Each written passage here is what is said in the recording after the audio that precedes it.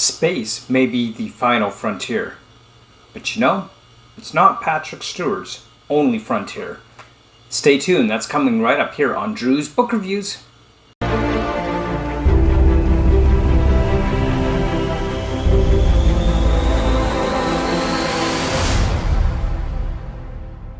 Good day, and welcome to another episode of Drew's Book Reviews. Today we are talking about the Viewer's Choice Review, Making It So by Sir Patrick Stewart. So when I put this up on the Viewer's Choice poll, I was really hoping that everybody would vote for this, or at least the majority.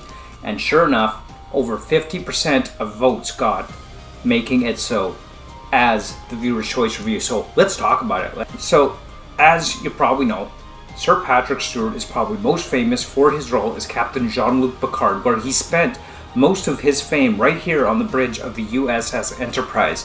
And by far, Patrick Stewart is absolutely one of my favorite actors and one of my all-time favorite TV shows of all time, Star Trek: The Next Generation. As I've said before on this channel, I'm a huge Trekkie. I absolutely love Star Trek. So when I found out that he was writing a book, a memoir of his experiences, I had to jump right on that. I pre-ordered it. So going into this book, if you're expecting to have a lot of the book focused around his days in Star Trek, you will be mistaken and disappointed. Most of the book, in fact, does not focus on his experiences with Star Trek. It absolutely has some conversation on that. Absolutely, as it was a big part of his fame and his career and his success.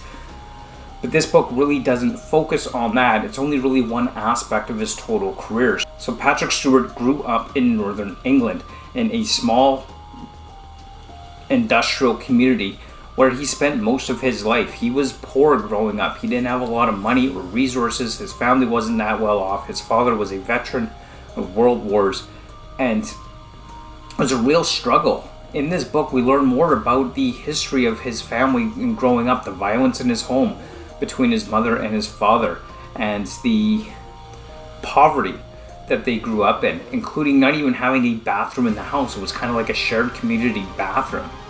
And of course, in the days when Sir Patrick Stewart was growing up, things like TV and radio just weren't a thing. A lot of the entertainment was done by these little local theater groups, which he got highly involved in. This is kind of where his interest in acting began. And he always had a dream. His dream was always to be part of the Royal Shakespeare Company. So this recounts his journey from his beginnings to his budding interest in being an actor to becoming part of the Royal Shakespeare Company in England, which had achieved his dream of traveling the world and performing all these great Shakespearean plays. Now, what's interesting about this is I honestly expected Patrick Stewart to have had much bigger roles in the Royal Shakespeare Company than he actually had, which I don't know why that surprised me necessarily, but I knew he was a Shakespearean trained actor. And I just kind of expected that he would have had much larger roles than he actually did, as he recounts in his book. So it was really interesting to kind of learn that aspect of where he was coming from on that. But within this story, in recounting his experiences, he also tells a lot of humorous anecdotes and tales. For example, one time when he was traveling the world with his acting troupe, and he was in Mexico with his acting troupe, he recounts the story of how he had inadvertently taken his family to a Mexican brothel for vacation. He didn't even know. He just heard, oh, it's a nice classy place, and I guess for a brothel it was pretty classy. But he didn't know it was a brothel, and by the time he got there, his wife is just like, whatever, we're already here. Let's just stay here. I'm tired from traveling. So interesting tales that he tells in a humorous way within this book, and including things about how he had adopted a rescue dog to play a character's pet in one of the shows that he was doing as well. We learn more about Patrick Stewart's personality outside of his characters. Apparently Patrick Stewart, we learn more about his experiences with, shall we call it, the paranormal, and his belief in that. That's kind of an interesting thing that I learned about Patrick Stewart that I didn't know before. And I really enjoyed getting to know him on, on a level outside of acting, more as an individual person, his personal life experiences, which was a lot of fun. One of my favorite stories that he tells in this book is about actually his days on the Star Trek set. It was, I guess, in the first season, and he was taking everything seriously. He was always so serious, and he was getting so frustrated with how much the rest of the cast was goofing off on set. He calls the cast meeting one day to tell them, you gotta take this seriously, enough goofing off, we are serious professionals, you have to be more professional. And how the rest of the cast basically just started laughing him off and telling him to lighten up. And next thing you know it, Patrick Stewart becomes one of the biggest goof-offs on the show, which I thought was actually pretty funny, the way he tells the tale. And of course, I'm not even doing it justice. You just got to pick up the book and read it to really kind of get a sense of how he's communicating this and why it makes it so much funnier when he talks about it himself. But just so much fun learning more about Patrick Stewart, from his younger days growing up and the struggles he had in a poverty-filled home with violence in his home, to his struggles to get to where he wanted to be with the Royal Shakespeare Company, and how that eventually led to his international fame as captain of the Starship Enterprise. It's just a lot of fun.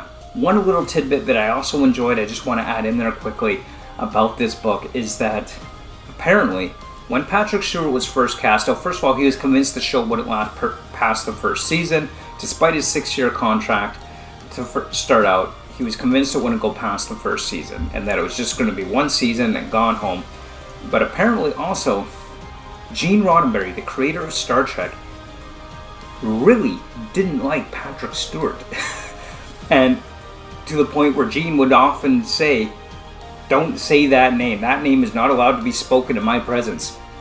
Which is kind of funny, because eventually Patrick and Gene, kind of started building a bit of a rapport.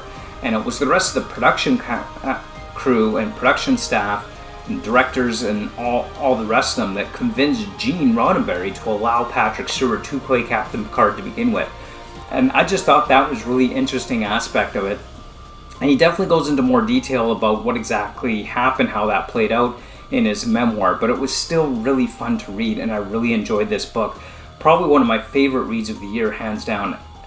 I highly recommend it if you're a Star Trek fan, if you're a Patrick Stewart fan, or even if you just enjoy memoirs. This is a great book and a great read, and I highly recommend it. So those are just my thoughts on Patrick Stewart's memoir, Making It So.